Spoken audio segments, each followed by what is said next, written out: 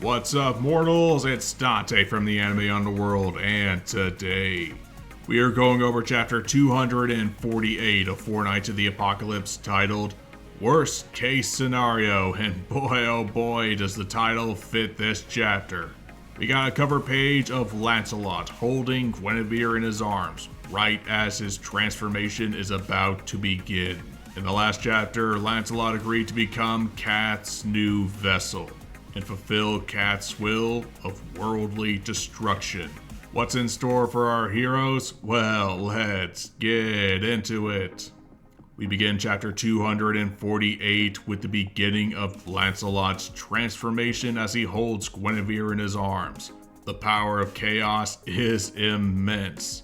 The transformation is pushing everyone away with a gust of powerful wind, all while his comrades yell out his name. Oh no! Lancelot, you can't accept any of that chaotic force. Unfortunately for Tristan and Percival, it's too late. Gawain tells them he wasn't possessed, nor was he brainwashed into this. He agreed to that deal with his own free will. It is a binding contract that no one may violate. As the transformation continues, they hear his voice, Lancelot's voice, crying out to his friends with the last of his free will. Hurry. The transformation is beginning to intensify. Gawain tries her best to hold back her friends as Lancelot says with final breath, "Get away from me." And then it is done. The chaotic energy that surrounded Lancelot exploded in a blinding light, leaving everyone in shock and horror of what has become of the god of war. He opens his eye, now looking almost like Cath's, and behind him are a pair of dark, black, demonic wings. Lancelot stands before his friends as the new vessel of Cath, the usurper of chaos. With Issei's spear in hand, now twisted and demonic due to the transformation. Lancelot's old attire is now gone. He now looks the part to begin his mission to destroy the world. However, I will say this about the new form. I wish they had done that differently. How would you want them to do it? Better? I will admit that Lancelot's new form looks a little too basic. It doesn't look too dissimilar from Meliodas' assault mode. You got black wings, power of darkness on the hands, and yeah, a freaky spear, but in terms of the entire form, I was expecting a little bit more. This just looks like Lancelot was part of the demon clan instead of the fairy clan. This does bring up another interesting question regarding Arthur. If Lancelot, or rather in this case Cath, has this dark and twisted half, does Arthur's version look more holy, if not angelic? I guess we're gonna have to wait and see what the future holds. But in the present, Lancelot with his new spear is twirling it around. And Gawain knows that is a terrible sign of things to come. She's the one who takes charge of the entire group and calls out, "Look out! Everyone gather up!" As Lancelot continues to twist and twirl his spear.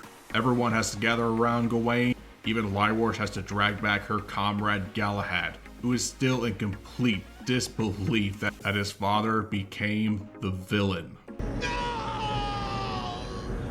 No! Gawain decides that it's time to bounce, and she pulls out a ring or an orb. Wait a minute, you had that the entire time? You take. And cast the incantation, "May the door to Britannia open before me. Accept me and offer me guidance," with the portal evacuating everyone out of the realm of Camelot, just in time as Lancelot demonstrates his insane new power. The chaotic god of war unleashes a massive explosion of pure magical force and power. The ground before him turns into a crater and the rocks erupt into the air. And if you think that's all, we're only at the ground level.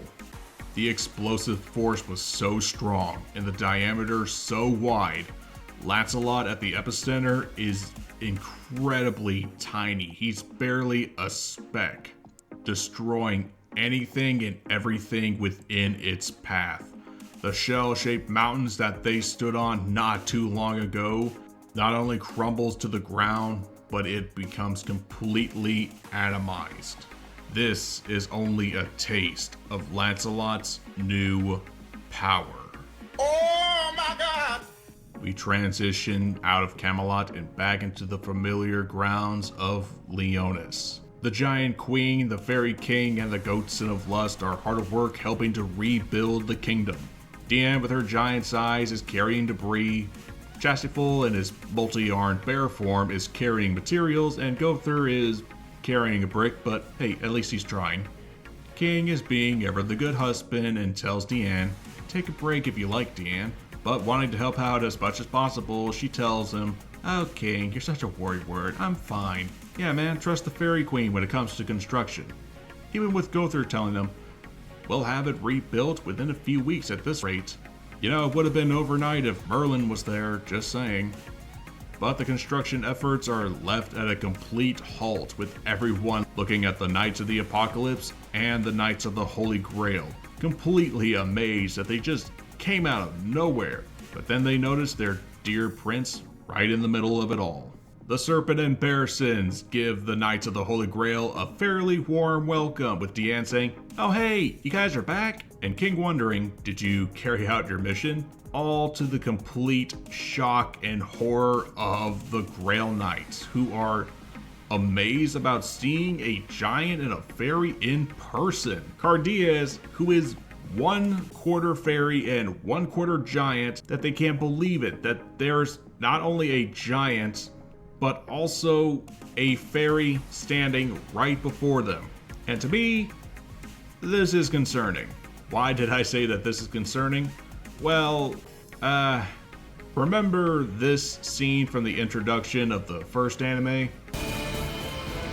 This is a tale of ancient times, an era before the human and non-human worlds were forever divided. Yeah, I think that was foreshadowing about the events yet to come for the future generation of the current generation. Knights, fairies, and giants, demons, and, well, maybe not the Goddess Clan, but all magical races are just, walking around almost like it's normal. Based on these kids' expressions, there's probably something dark about to happen to the other magical races in the future, and I don't like it. While the Grail Knights are left in amazement of seeing a fairy and a giant, the Knights of the Apocalypse, what's left of them, Tristan and Percival's eyes are overflowing with tears, and all Gawain could do is simply be angry. Possibly at herself for not doing as much. Because to these three knights, they might have gotten information on King Arthur and found a way to defeat Cath, but in the end, they lost Lancelot. They might have returned, but in their eyes, they lost someone to the forces of evil. The Knights of the Holy Grail know what they had lost, but to the Seven Deadly Sins, this is not good news at all. Back in Camelot, Lancelot is the only one left. Well, except for the unconscious Guinevere holding in his arms, standing before the rubble, examining the mere taste of power he has now achieved. Well, he was alone until Cath just materialized out of one of his wings. Good God, he is an alien parasite. It expresses glee and happiness to Lancelot, his new vessel. Perfect! Simply too perfect. Ah, I knew I wasn't wrong to pick you. Well, it's not like you had any other choices, did you? Now he'll do exactly as I can. Cath wanted to continue his showboating, saying how he's the boss, but is rather confused when a spear is suddenly lodged up his head. Lancelot glares at the cat that is possessing his body, telling him, with no emotion other than anger and disdain in his voice, "You're not the boss of me." Then pops Cath's head like a very disgusting but very satisfied pimple. And so we end chapter 248 with Lancelot, now the new usurper of chaos, holding Guinevere close to his chest, telling Cath, "I don't need anyone ordering me to destroy the world. I'll do it by my own will and by my own hand." Ending the chapter with a very dark conclusion that Lancelot is in total control of the new power he wields, and that he'll destroy the world his way. It's over. We are screwed. I did a whole video about Lancelot's potential as the new King of Chaos. Check it out. Link is in the description and also in the pinned comment. But there is one slight alteration. Throughout the video, I thought Cath was going to take over Lancelot's body. But since that didn't work out for the Lady of the Lake, I guess it didn't work out for Cath. And that is the scariest part. Because Lancelot is the strategist of his team. He's the thinker, he's the leader. And now with the power of chaos, Lancelot probably has plans on how he's going to destroy the world.